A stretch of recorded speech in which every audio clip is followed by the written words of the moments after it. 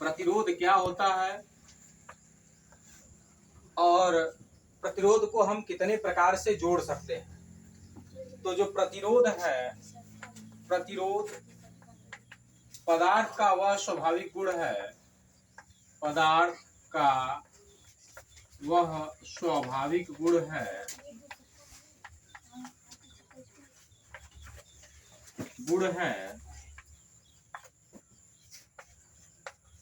जो धारा का विरोध करता है, धारा का विरोध करता है, जो धारा का विरोध करता है। इसका जो प्रतीक चिन्ह है, इसको हम लोग कैपिटल R से दिखाते हैं।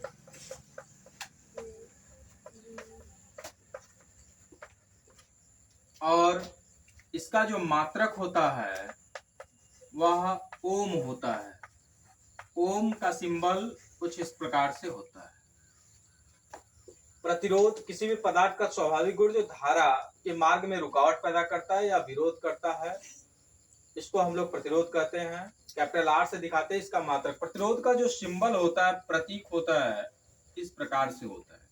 और ऐसे भी हम लोग प्रतिरोध का प्रतीक बनाते हैं। ये प्रतिरोध के प्रतीक हैं। इंग्लिश में इसको रेजिस्टेंस बोला जाता है। इंग्लिश में हम लोग इसको बोलते हैं रेजिस्टेंस। रेजिस्टेंस मतलब प्रतिरोध। अब हम लोग सीखेंगे कि ये जो प्रतिरोध है इसको हम कितनी प्रकार से जोड़ सकते हैं। तो जो प्रतिरोध है हमारा, उसको हम लोग 3 प्रकार से जोड़ सकते हैं, जिसमें जो पहला क्रम है वह श्रेणी क्रम है। इसको हम लोग बोलते हैं सीरीज।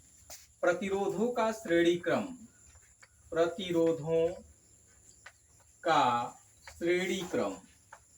श्रेणी क्रम मतलब सीरीज में। प्रतिरोध को हम लोग सीरीज में कैसे जोड़ सकते हैं? तो प्रतिरोध को जो सीरीज में जोड़ा जाता है उसमें आप एक से ज्यादा प्रतिरोध लेंगे। ये प्रतिरोध है, हमने 3 प्रतिरोध लिए हैं। और श्रेणी क्रम में सीरीज में इसे जोड़ने का तरीका है, अगर इसका पहला सिरा ये, दूसरा ये, पहला ये, दूसरा ये, पहला ये, दूसरा ये, तो दूसरा सिरा हमेशा पहले सिरे से जुड़ेगा। दूसरा सिरा हमेशा पहले सिरे से ही जुड़ेगा। और एक सिरा यहां से आएगा सप्लाई के लिए और एक सिरा यहां से। 3 प्रतिरोध हैं, R1, R2, R3। ये तीनों प्रतिरोध ओम में दिए गए हैं, R1, R2, R3। श्रेणी क्रम का मतलब कि जो हमारा प्रतिरोध है उसका दूसरा सिरा अगले प्रतिरोध के पहले सिरे से और दूसरा जो प्रतिरोध है उसका दूसरा सिरा तीसरे प्रतिरोध के पहले सिरे से जुड़ा होगा। जिसका जो विभवांतर होगा वो क्रमशः V1 R1 का विभवांतर, V2 R2 का विभवांतर और V3 R3 का विभवांतर होगा। सप्लाई वोल्टेज हमारे पास V है। श्रेणी क्रम में जो धारा होता है, श्रेणी क्रम में धारा का मान समान होता है। श्रेणी क्रम में धारा का मान समान होता है। श्रेणी क्रम में अगर आप धारा नापेंगे, अगर I एम्पियर का करंट यहाँ जा रहा है तो इस रेजिस्टेंस में भी I एम्पियर ही जाएगा, इस रेजिस्टेंस में भी I एम्पियर ही, इस रेजिस्टेंस में भी जो हमारा होगा वो I एम्पियर ही जाएगा। और विभवांतर का मान अलग अलग होगा। विभवांतर का मान अलग अलग होगा, अलग अलग होता है। और जो विभवांतर है ये V1, V2, V3, ये टोटल सप्लाई वोल्टेज V के बराबर होगा। मतलब V बराबर V1 plus V2 plus V3। जो तीनों वोल्टेज ड्रॉप है, जो विभवांतर है, इसको ऐड करने के बाद, जोड़ने के बाद सप्लाई वोल्टेज जो टोटल V वोल्ट है, इतना वोल्टेज आना चाहिए। तो ओम के नियम से, ओम का नियम होता है V बराबर IR। ये ओम के नियम का सूत्र है। V बराबर IR। V विभवांतर है, I धारा है और R प्रतिरोध है। तो अब हम लोग आगे देखेंगे कि जो हमारा विभवांतर है वो V बराबर V1 plus V2 plus V3 है और धारा का वैल्यू सेम होता है। तो जब धारा का मान सेम होता है, विभवांतर अलग अलग होता है, तो यहाँ पर हम ओम के नियम से सूत्र लगाएंगे।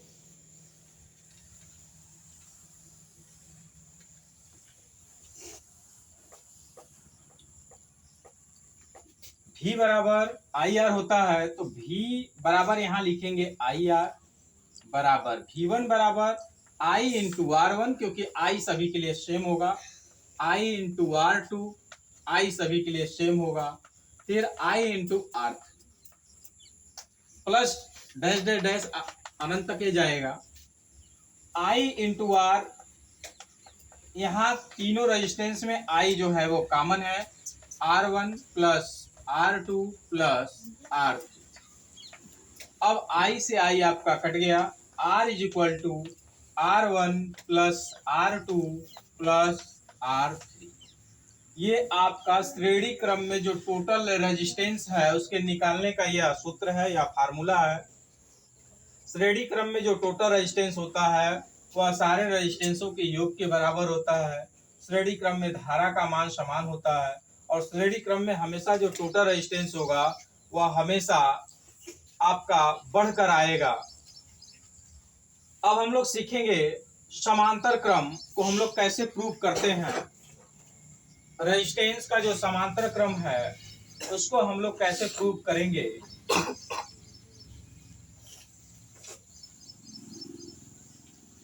अगर हमें यहाँ पे अभी अगर धारा निकालने को कहे तो I बराबर V बटे R से निकाल लेंगे।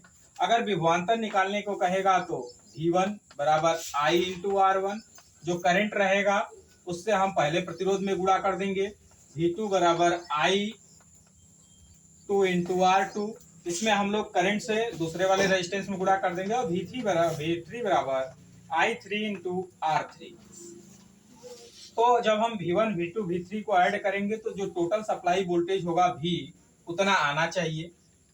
अब हम लोग देखेंगे कि समांतर क्रम में प्रतिरोध को कैसे जोड़ते हैं और उसका सूत्र का निगमन कैसे करते हैं।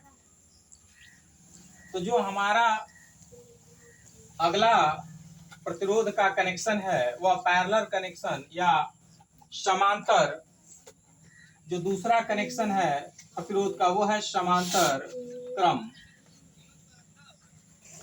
समांतर क्रम में अपने पास 3 प्रतिरोध हैं और पहला प्रतिरोध R1 ओम का है, दूसरा R2 ओम का है और तीसरा R3 ओम का है। समांतर क्रम में प्रतिरोध को कैसे जोड़ते हैं ध्यान से देखिए। अगर ये पहला सिरा, ये दूसरा सिरा, ये पहला, ये दूसरा, ये पहला, ये दूसरा, तो पहला सिरा एक साथ ऐड करते हैं और दूसरा सिरा एक साथ ऐड करते हैं, फिर सप्लाई V वोल्ट का सप्लाई दिया गया। पैरेलल की एक खासियत है कि इसमें वोल्टेज का मान सेम होता है। जो समांतर क्रम है, समांतर क्रम में वोल्टेज जो होगा वो बराबर होगा, वोल्टेज समान होता है, वोल्टेज समान होता है। धारा का मान अलग अलग होता है, धारा का मान अलग अलग होता है, अलग अलग होता है। अब देखिए यहां से जो धारा निकलेगी I, ये प्रतिरोध R1, R2, R3, यहाँ हमने मान लिया I1 धारा जा रही है, यहाँ पे I2 धारा जा रही है और यहाँ पे I3 धारा जा रही है। तो धारा का मान अलग अलग होगा यहाँ पे और वोल्टेज का मान, अगर हम यहाँ वोल्टेज चेक करेंगे इस रेजिस्टेंस में, चाहे यहाँ, जो सप्लाई वोल्टेज भी है वही वोल्टेज अपने को मिलेगा। अब हम लोग देखेंगे इसके सूत्र का निगमन, इसके सूत्र का निगमन कैसे करते हैं। तो धारा का मान अलग अलग होगा, तो I बराबर होगा I1 plus I2 plus I3। Total जो करंट होगा, जो करंट यहां से जाएगा सप्लाई वोल्टेज से, जो रेजिस्टेंस में करंट जा रहा है उसके योग के बराबर होगा। I बराबर हमें पता है होता है V बटे R, I बराबर होगा V बटे R। तो I1 बराबर भी होगा V बटे R1, क्योंकि V वोल्टेज सेम होगा।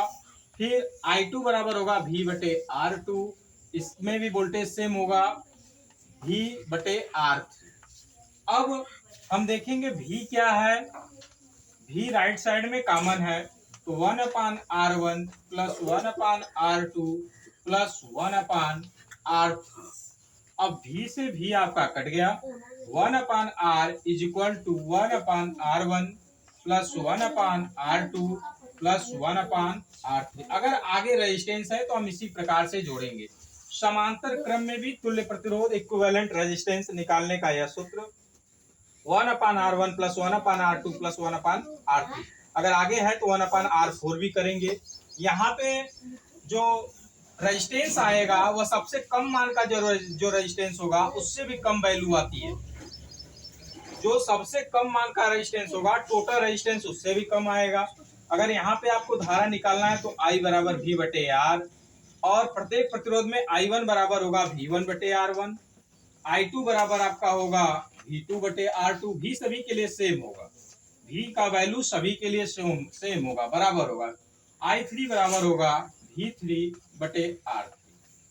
इस प्रकार हमने श्रेणी क्रम और समांतर क्रम दोनों का जो फार्मूला था प्रतिरोध का उसको प्रूव किया। धन्यवाद।